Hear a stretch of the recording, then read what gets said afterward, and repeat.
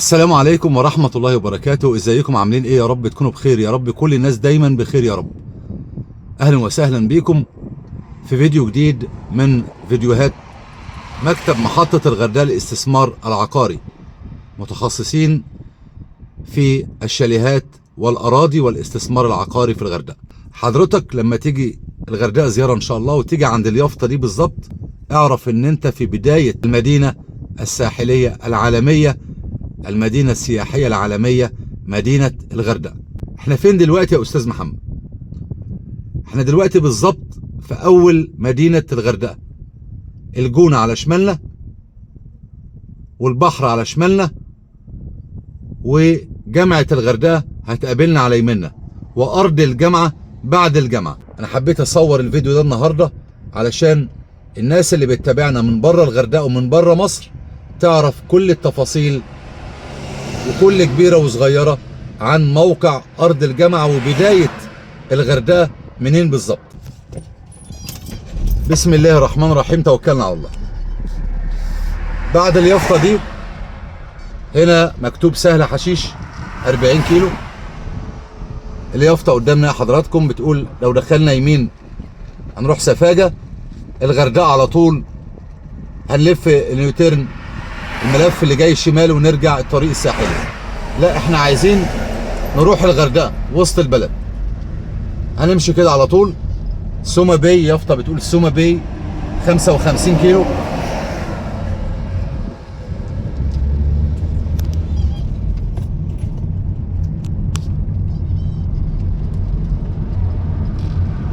بنزينة موبل بعد اليافطة دي على طول هتلاقي بنزينة موبل. حط شوية بنزين ونكمل. بنزينة موبل جنب الجامعة وجنب أرض الجامعة.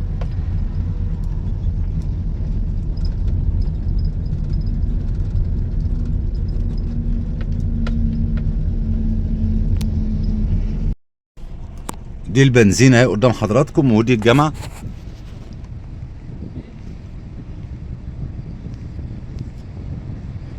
دي جامعة الغردقة، بعدها على طول أرض الجامعة. طلعنا من البنزينة، في يافطة قدام البنزينة على طول قدام حضراتكم، قدام البنزينة على طول اهي. لو دخلنا يمين هناخد طريق قصير سفاجة المركز السياحي، هنمشي على طول هنلاقي مطار الغردقة الدولي ووسط المدينة. علشان حضرتك كأنك جيت بالظبط وعملت جولة تبقى عارف كل حاجة كبيرة وصغيرة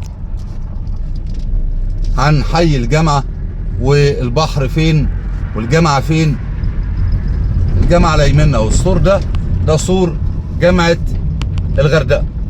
ما كانش عندنا جامعة، ما كانش فيه جامعة في الغردقة، تم إنشائها، يعني هي اشتغلت من 3 سنين، وكل سنة بيضيفوا ليها كلية وبيعمروا فيها يعني.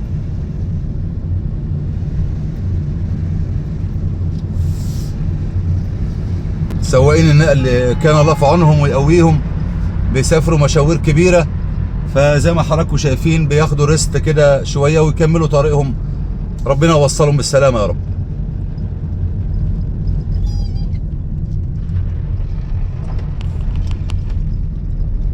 الجامعة على يمنا زي ما حضراتكم شايفين، جامعة الغردقة.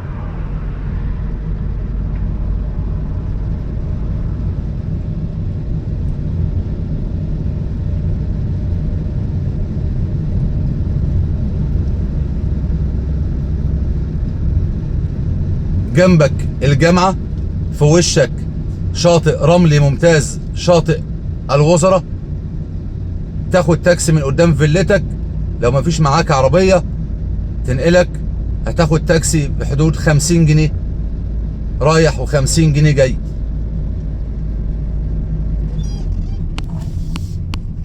شايفين اليافطة يا جماعة؟ جامعة الغردقة.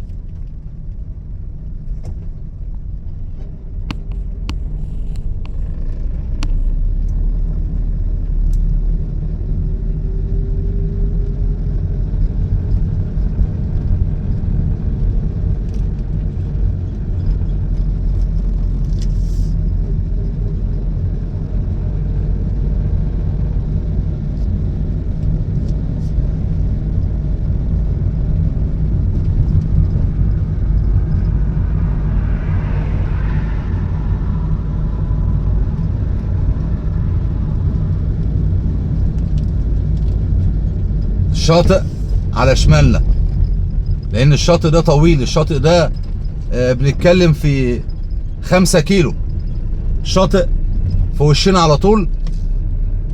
وتقسيم الوزراء ده كله فيلل ومنتجعات وكومباوندات سياحيه. ده مدخل الجامعه.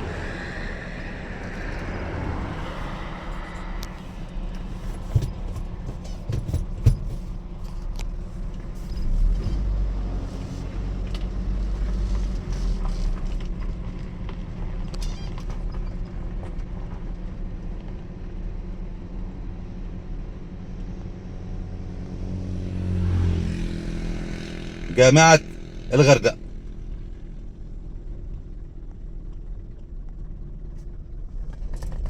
نكمل طريقنا لحي الجامعة.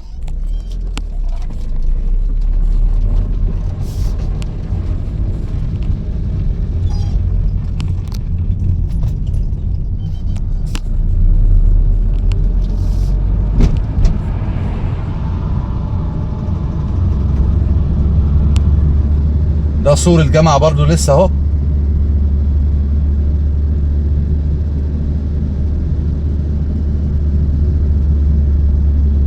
ركز في اللي جاي. سور الجامعة خلص. الارض دي ارض ملك الدولة، يعني في فاصل بين حي الجامعة والجامعة. الارض الفاضية اللي قدام حضراتكم دي ارض ملك الدولة. محدش عارف لحد دلوقتي الدولة مقررة هتعملها ايه. اليافطة جاية اهي على بعد 100 متر. استنى معايا علشان تشوف كل حاجة بنفسك. الارض اللي على يميننا دي ارض ملك الدولة، تفصل بين الجامعة وبين حي الجامعة اللي هو ارض الجامعة، ارض شباب الجامعة اهي يا جماعة. شايفين حضراتكم اليافطة اهي. محافظة البحر الأحمر، الوحدة المحلية لمدينة الغردقة، أرض ملك الدولة. الأرض دي بتفصل بين الجامعة وحي الجامعة اللي احنا اتكلمنا عليه وقلنا تفاصيله، وهنواصل مع بعض.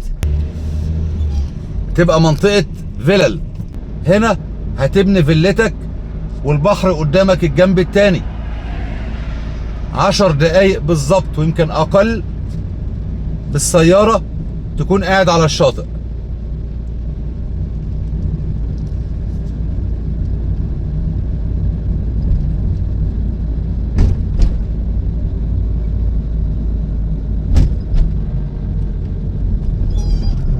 اليافطة التانية اهي. هم حاطين هنا ايه؟ يافطتين. اليافطة التانية أرض ملك الدولة. بعد اليافطة دي على طول هنلاقي بص الشوارع متقسمة اهي، والناس بانية اهي. الناس بدأت تبني في أرض الجامعة.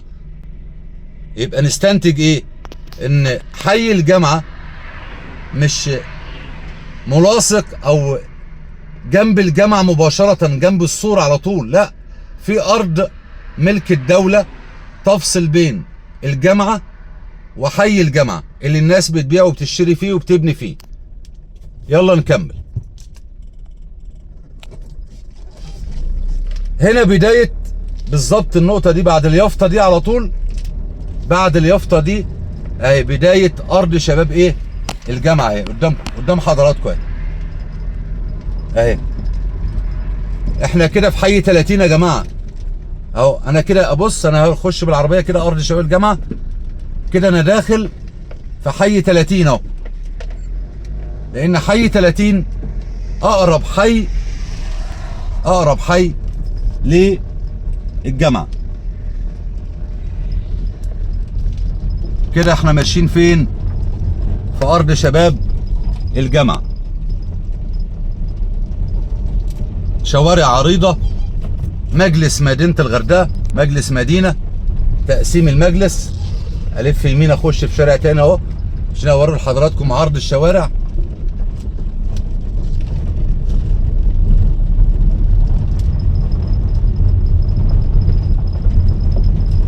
اللي بيطلع رخصته هنا بيجي على طول يبني زي ما حضراتكم هتشوفوا دلوقتي. الارض دي كانت صحراء مفيش فيها طوبة واحدة. بالظبط قبل شهر رمضان اللي فات، يعني بنتكلم في شهرين ونص، بدأت الناس تبني.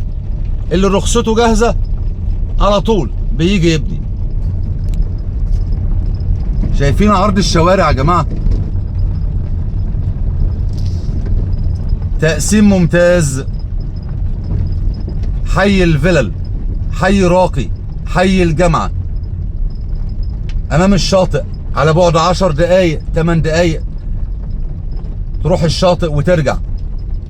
وده واحد بيبنى اهوت، ربنا يتم عليه بخير يا رب، ويتم على كل الناس بخير يا رب، ويوسع على كل الناس يا رب، ويبارك لصاحب المال. ابن فيلتك في حي الجامعة قريب للشاطئ. واحد تاني فاحت الارض اهو ولسه بادئ هيبني. ربنا يتمم على كل الناس بالخير يا رب.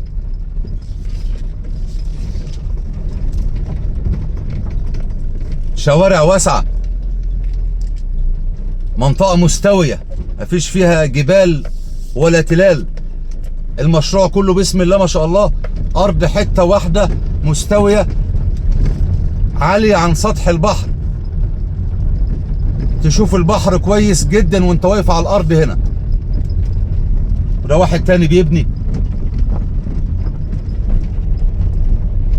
ربنا يوسع على كل الناس يا رب، ويتمها بخير عليهم كلهم يا رب، ويبارك لاصحاب المال.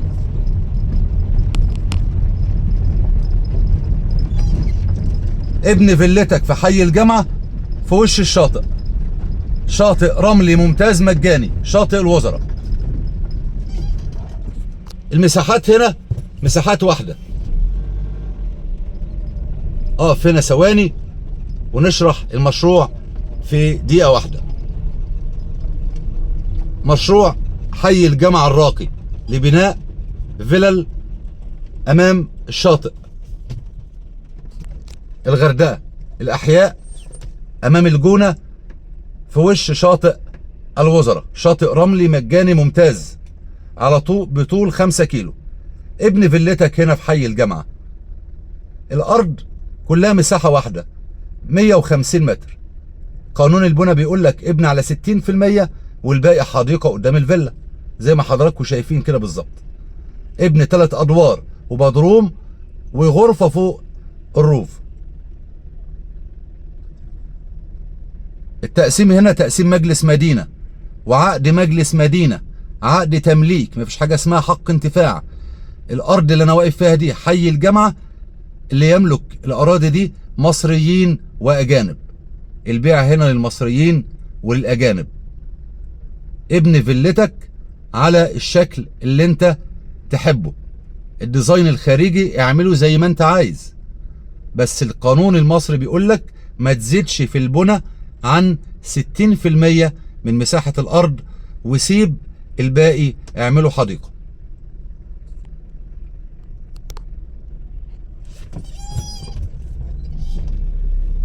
احنا كده واقفين بالظبط، ده حي 27 اللي احنا واقفين فيه، ده حي 27. والقطعة اللي مبنية قدام حضراتكم دي، الفيلا دي تالت نمرة من الأسفلت، يعني قدامه نمرتين لسه اصحابهم هيبنوهم. حي 27 حي امامي على الاسفلت، من الاحياء المميزة جدا جدا.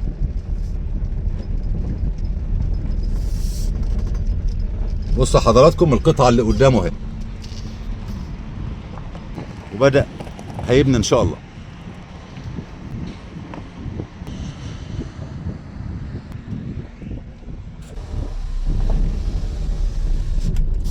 مشروع حي الجامعة الراقي عندي هنا في المشروع ده 9711 قطعة أرض. 9000. بصوا في عربية لسه داخلة حاليا اهي، هوريها لحضراتكم علشان بس ايه، لو انت بتتابعني من بره الغردقة او من بره مصر تعرف ان اللي بيطلع رخصته بيجيب المقاول زي ما حضراتكم شايفين، ويبدأ في بناء الفيلا بتاعته على طول.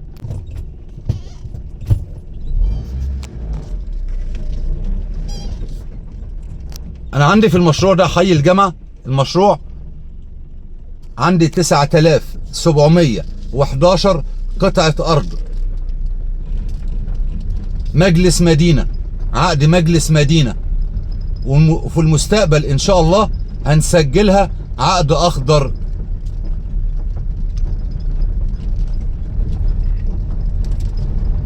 يبقى العقود دي ايه؟ عقود تمليك، عقود تمليك، مجلس مدينة، والناس بتبيع وبتشتري من بعض. طيب دي ايه؟ دي منطقة، دي اراضي الاهالي، الاهالي اللي بيبيعوا ويشتروا من بعض، وبيروحوا الشهر العقاري في الغردقة وبيسجلوا البيع هناك. عندي في المشروع ده 9711 قطعة ارض، كل ارض 150 متر، رخصة بناء فيلا 3 ادوار، بدروم وروف، امام شاطئ الوزراء. الرخصة هنا في الغردقة سهلة جدا وبسيطة جدا، بتاخد وقت من 3 إلى 4 شهور، وممكن تزيد شهر ولا حاجة، وبتتكلف حوالي من 30 إلى 35 ألف جنيه. حاجات بسيطة خالص. تمسك رخصتك في إيدك، تجيب المهندس، لازم تجيب المهندس من مجلس المدينة في الغردقة هنا، يطلع معاك، يجي الموقع هنا، يقول لك على حدودك علشان تبني عليها، علشان ما تجيش من نفسك تبني كده وخلاص. ممكن تبني اقل من مساحتك او تجور على جارك، لا مفيش الكلام ده هنا. بالسنتي المهندس بيطلع معاك، بيقيس لك الارض بتاعتك، بيقول لك ابني دي ارضك وابني دي حدودك اهي. يا ريت اكون وضحت في الفيديو ده كل التفاصيل. دمتم بخير. خالص تحياتي وتمنياتي للجميع بالتوفيق. محمد الدويك من مكتب محطة الغردقة للاستثمار العقاري، شاليهات وأراضي بالغردقة. والسلام عليكم ورحمة الله وبركاته.